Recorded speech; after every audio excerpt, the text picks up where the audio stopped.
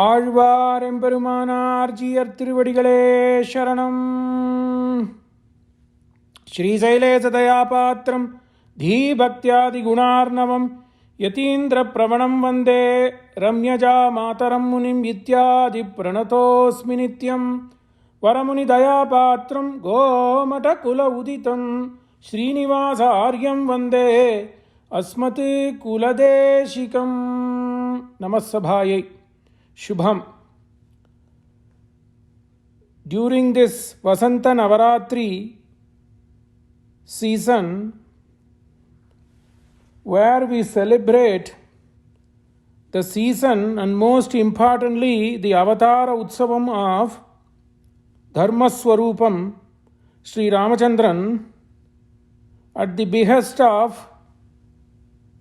Sri Dallas Sri Vaishnava Group, we are offering a series of lectures on Sri Ramayana, Ramakatha Sudha. In this second edition of Ramakatha Sudha, we are focusing on Sri Ramayanam as a Bhakti medley, a grantha that epitomizes Bhakti, which is an eclectic mixture of different aspects. Ramayana as a Bhakti medley, Ramakatha Sudha, Part 2. Rama Bhakti Samrajyam, Rama Bhakti Samrajyam, Yemanavu Lagapeno Manasa, Rama Bhakti Samrajyam.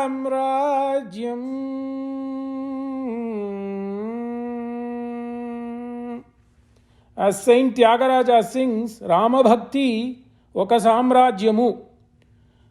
As this bhakti is itself a samrajya, the text that delineates this bhava is a bhakti grantha, a bhakti medley.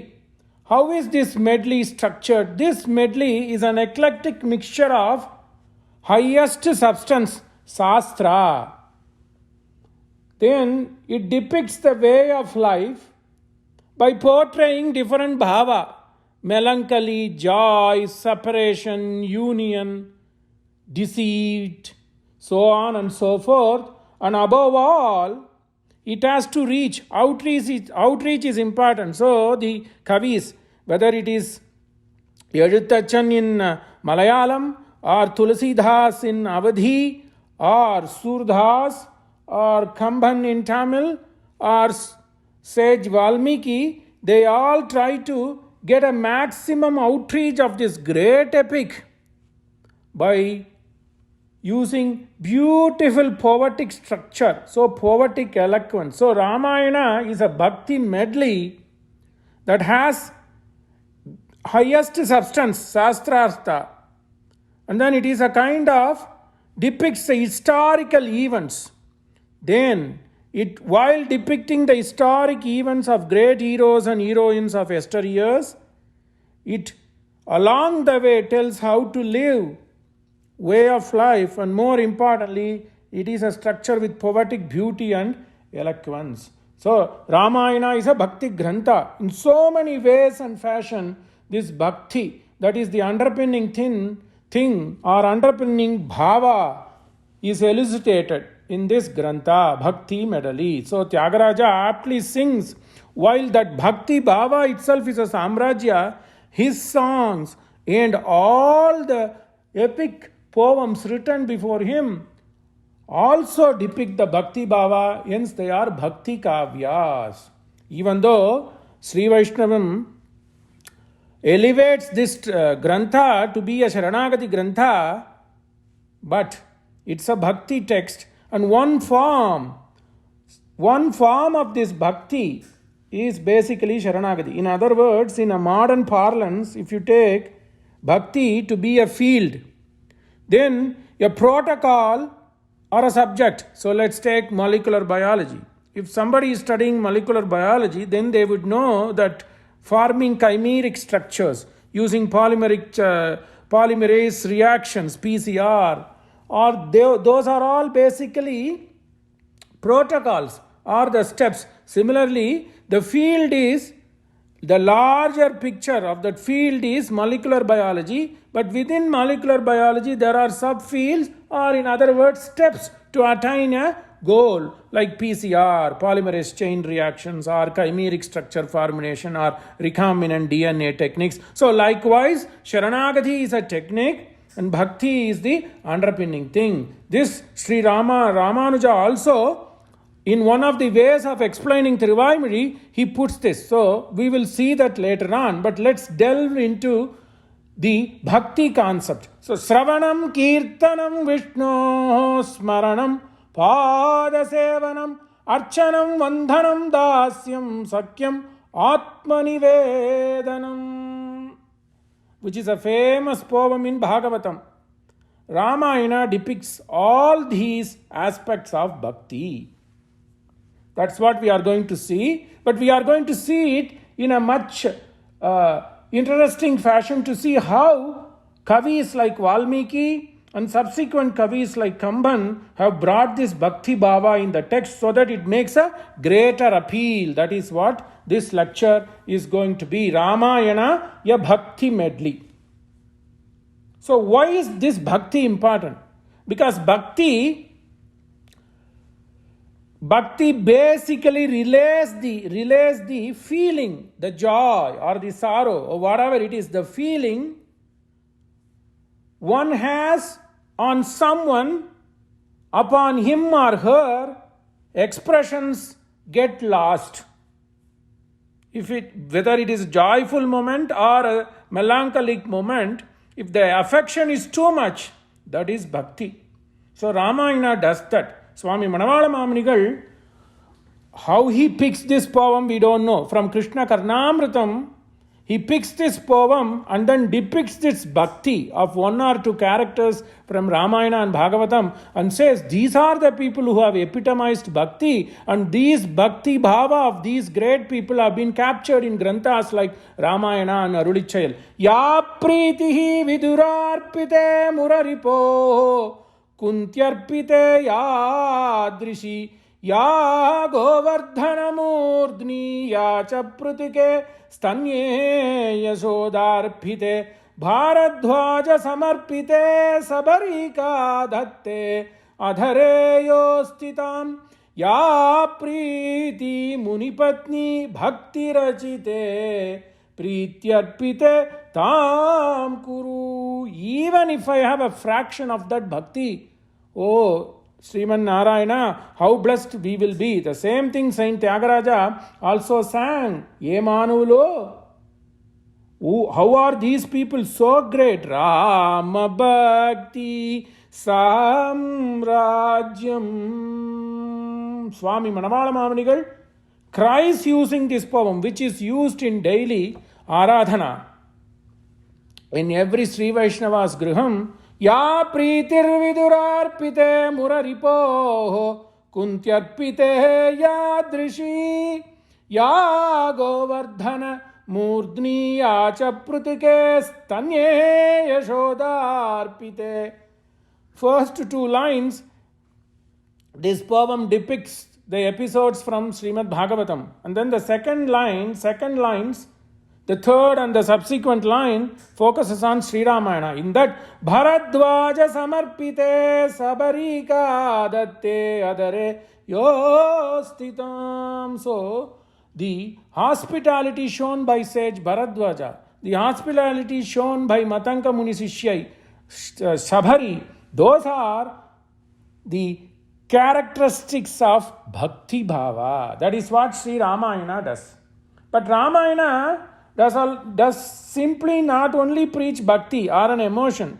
Along the way, it talks how to live by bringing these characters to life. Rama, Ravana, Sugriva, Vibhishana, Guha, and so on and so forth. So, it depicts way of life, and it all along the way Most important thing is it chronicles the life of these people.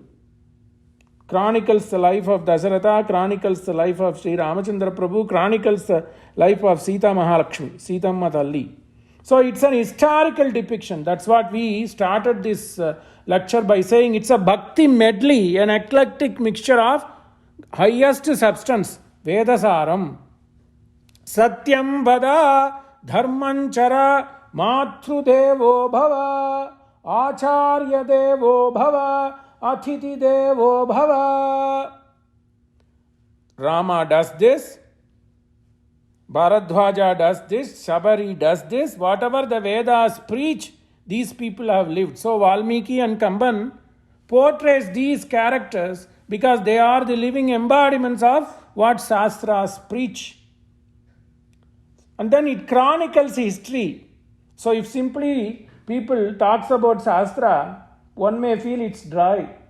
If simply people talk about history, then people may question. So they have lived years back. What is in it for me? But they do this in such a way that they squeeze beauty into it. They squeeze eloquence into it. And that's what makes this kavya eternal. Of course, it should have substance, no denial about it. But that should be delivered. In any material, the package is the one that costs a lot. Although you buy an Apple, iPhone, how it is packaged, how it is made into your phone, and how it is sold matters a lot, right? That too in this day and age. So that's what this kavya, because that's what it is. This is Adi kavya. So this takes all these high level aspects, Shastra, Dharma, historical events, and then brings it in a packaged form as kavyam.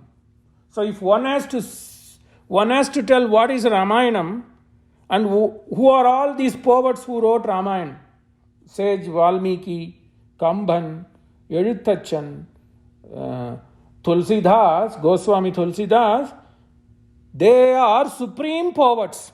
In modern lay parlance, in the Western literature parlance, if you take Virgil, if you take Homer, and if you take Milton, you squeeze them all together and that's what you get. What is Virgil known for? Virgil is known for his Aeneas. So Virgil is known for his Aeneas, the story of Aeneas, which is nothing but melancholy, war and travels in ancient Italy. Right? So this Aeneas, the hero, wanders from Troy to Italy, and that story is depicted, and that becomes the classic of all Europe. Virgil, Aeneid of Virgil's Aeneid, who is known for this kind of depiction of historical elements, the journey of a hero, right? Similarly, Homer, the Iliad and Odyssey, again it's siege and war and travel for 10 and 12 years in the ancient lands of Greece. And then coming to a modern day, recent time, John Milton, it's sorrow and melancholy, paradise lost, but he never gives up optimism. And then he follows with a sequel, Paradise Regained. That's what Ramayana is. It's siege, it's optimism, it's victory. Above all, it talks the way of life, that talks Dharma, Shastra, which is not much found in other Western classics. You know, Virgil's classic Aeneid is called classic of all Europe. That just depicts an hero in Italy, and his subsequent successors come and establish Rome. Rome was non-existent before. So it talks about an establishment of empire. That's what this Ramayana also talks. Ramayana basically talks about Ramarajyam, based on Dharma, dharmic principles. So Virgil. So you bring Virgil, then you bring Homer of Greece, and more importantly, you bring Milton for his poetic eloquence. People may mistake that who is the greatest poet? Is it Shakespeare or Milton? No. English people normally believe Milton is the greatest poet. Shakespeare may be a playwright. So if you just bring all these people together and Of course, our Ramayana is a dharmic stress. Keeping that aside, so you bring all these great poets whom the world recognizes and then bring them into one body, and that body writes an epic poem, and that's what Ramayana. Whether it is in Sanskrit, whether it's in Awadhi, whether it's in Malayala, or whether it is in Telugu, or whether it's in Tamil, because the Grantha has the substance. That's what the importance is. That's what one contrast between the other Western classic literature writers and this Sanatana Dharmic text is, it has so much substance. It's a fertile text that has substance which encompasses everything. It has the beauty, it has the eloquence, it has all the emotions. Above all, it has the dharmic base into it. So, if you look at what these poets have done, one has to go and look what John Dryden quotes about these poets of the Western classics. But I don't think he had known about Valmiki or Kamban. If he had known, he would not have stated this quote. But the quote itself is beautiful. What I am trying to say is, Ramayana has all the aspects of a great literature, a great text. Three poets in three distant ages born. Three poets in three distant ages born. Greece, Italy, and England did adorn. The first in loftiness of thought, the next in majesty, in both the last.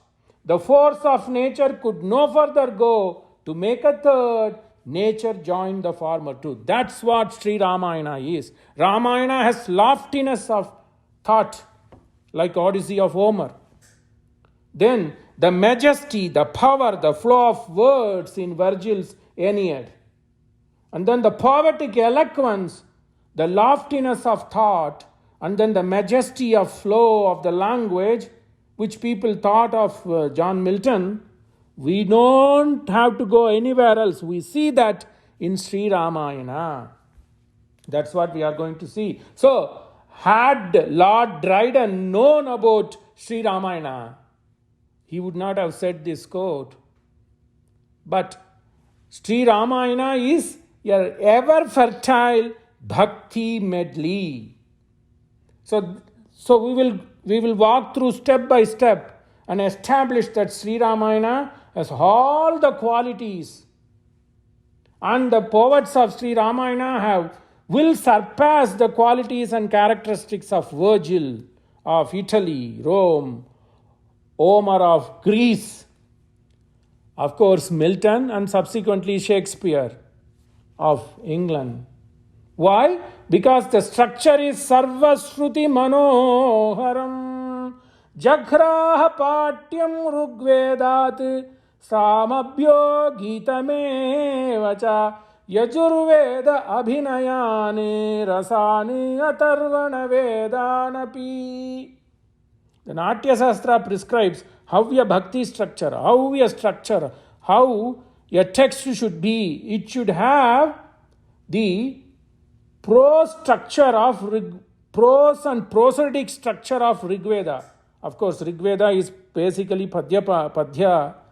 But Rigveda and Yajurveda, these two are, one is prose and another one is poetic structure. So, yes, a good structure, according to Bharata Muni, should have Jagraha Patyam Rugvedat. It should have a flow. Kujantam Rama Rameti Maduram Maduraksharam Aruhya Kavita Shakham. So it should be a flow there. Flow like a cuckoo singing. Right? Jagraha Patyam Rigvedat.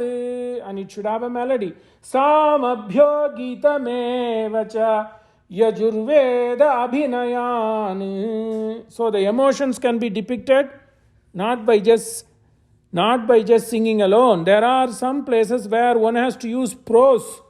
Yajurveda Abhinayani Rasani Atharvana Vedanapi. All these aspects are mixed as an eclectic mixture in Atharvana Veda. That is what this Ramayana Bhakti Grantha is. So it basically talks about dharma. Why did Rama go to the forest? Rama had everything. In fact, Lakshmana says, let's not worry about this Vriddha Rajan. He's going to go away soon. I can capture him and then make him Bandi. And then you reign, brother, you reign this kingdom. But then Rama did not flinch. He said he has to go because he has to keep his father's word. That is the underpinning thing, dharma. Even though it is a bhakti text, all it says is about dharma. Tatak kamala patrakshaha syamo nirupamo mahan. Opparum mikkarum ilada mamayan. As Alvar says, maybe he borrowed from Valmiki. Valmiki says, there is no one equal to Rama, because what he did was he stood for dharma. Tatak kamala patrakshaha syamo nirupamo mahan. Upamaha, na upamaha. There is nobody equal to him. Uvacha ramam tam sutam piturakyahi mamiti. In Valmiki's own words, Uvacha ramaha tam sutam piturakyahi mamiti. He said, because I have to make my father's word come true. So this is what it is, Uvacha. So he says that my father's word have to come true. So I am there. So this he says while getting the Ajna. He is walking into the Dasaratha's griham. Tatak kamala patrakshasyamo nirupamo mahan. Why Valmiki calls Rama as one with no equivalence to him is because in the same sarga, the quality of Rama has been given as the man who stands on dharma. Aiswaryasya rasajnyaha sankaminam chaiva kamadaha nechatyeva nritam kartum pitaram dharma gauravat. That is the word. So to say that Sri Ramayana is based on dharma, this particular sloka is important. Because subsequently, if I remember correctly, Valmiki qualifies Rama as Kamala Patrakshaha Syamaha Nirupamaha Mahan. But why would Valmiki call Rama to be a one with no equivalence, or there is no one on par with him, is because he wanted to preserve dharma. More importantly, he wanted to make his Vriddha father's word true. Aiswaryasya rasajnyaha sankaminam chaiva kamadaha nechatyeva nritam kartum pitaram dharma gauravat. I don't want to. Na ichchami nechatyeva anritam kartum pitaram dharma gauravat. I just want to give dharma. I just want to give respect to dharma. Aiswaryasya, Rama had everything. While Aiswaryasya rasajnyasan, he was enjoying. He was rasajnyasan, Aiswaryasya rasa. So he was able to enjoy all these benefits. But Rama is the one, while enjoying all, he is the one who could give everything to others. But he did not try to listen or accede to what Lakshmana says. He says, I will do what my father said. Dharma gauravat. Na icchetu. I don't want to make my father a man of falsehood. Anrutam na kartum icchetu. So, Ramayana, while talking about all these bhakti bhava, the historic events, the dramatic events, on top of it the beauty depictions here and there, everywhere the underpinning is dharma. So what did we say? Ramayana is a medley, eclectic medley. Here and there it mixes things, that's fine. Eclectic medley of highest substance, that is dharma.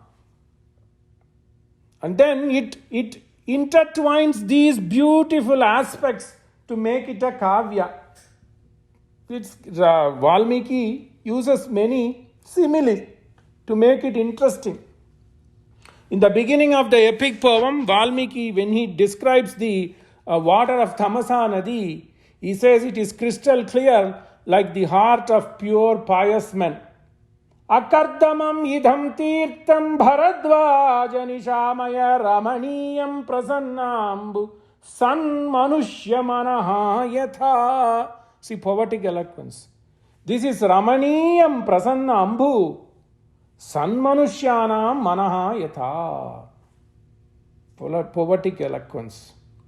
This poetic eloquence with great substance in a beautiful meter. Kavyam Ramayanam Krishnam Sitayas Charitam Mahati Paulasya Vadham Ityeva Chakara Charitavrataha. So this Kavyam was done. Ramayanam Krishnam. The entire structure is Sitayas Charitam Mahati. Piratiyin Yetram Solladu Vandadu Sri Ramayanam. Charanagati. Trijada Saranagati, Rakshasi Charanagati.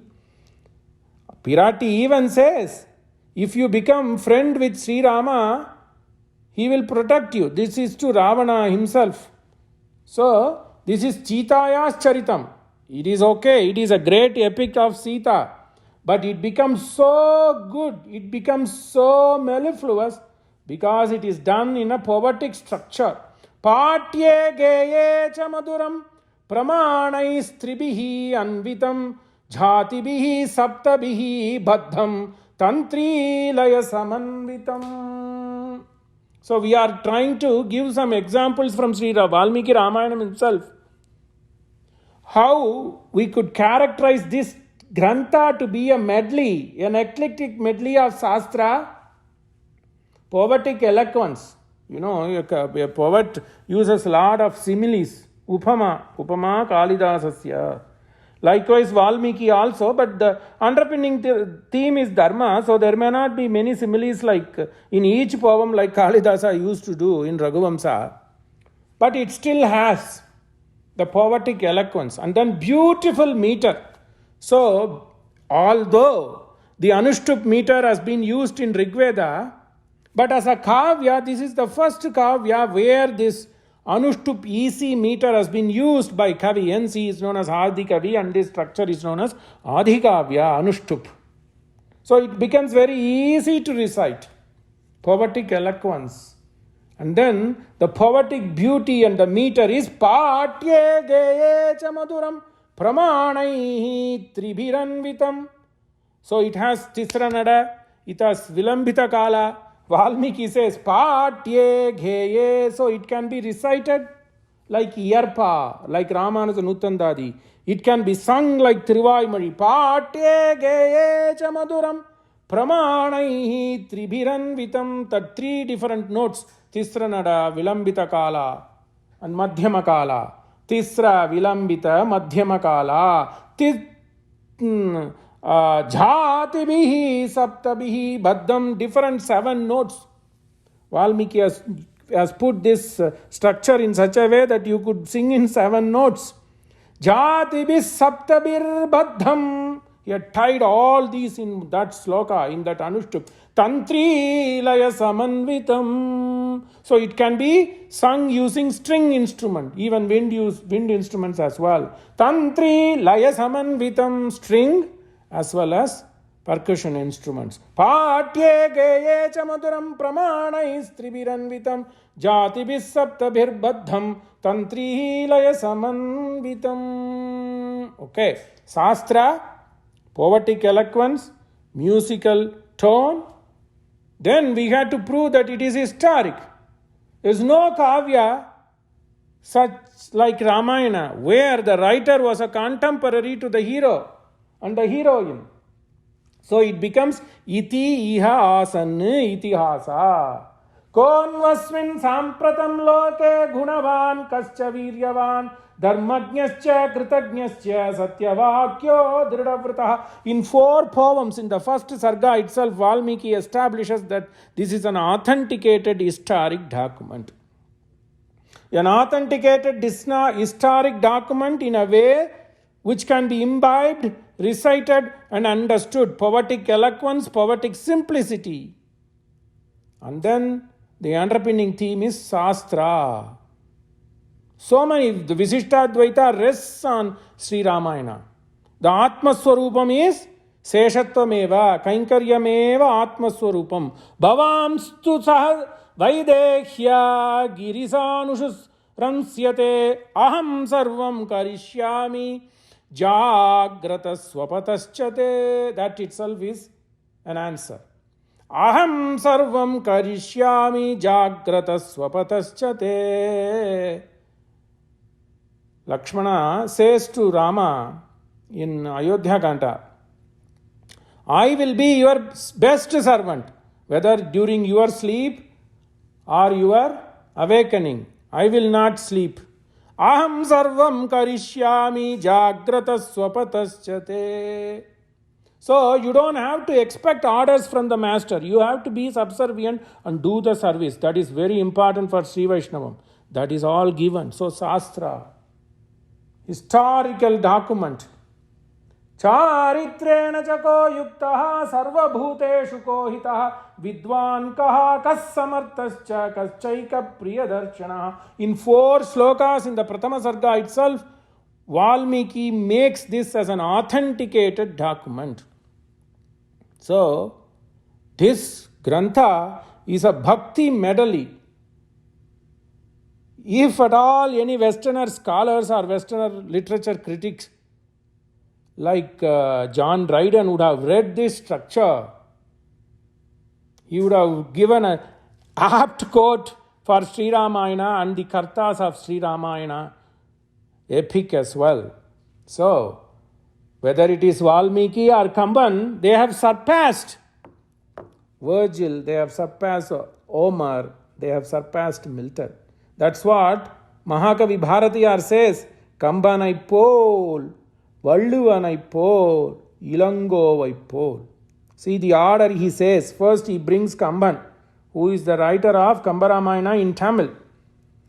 He does not put Thiruvalluvar up front of Kamban.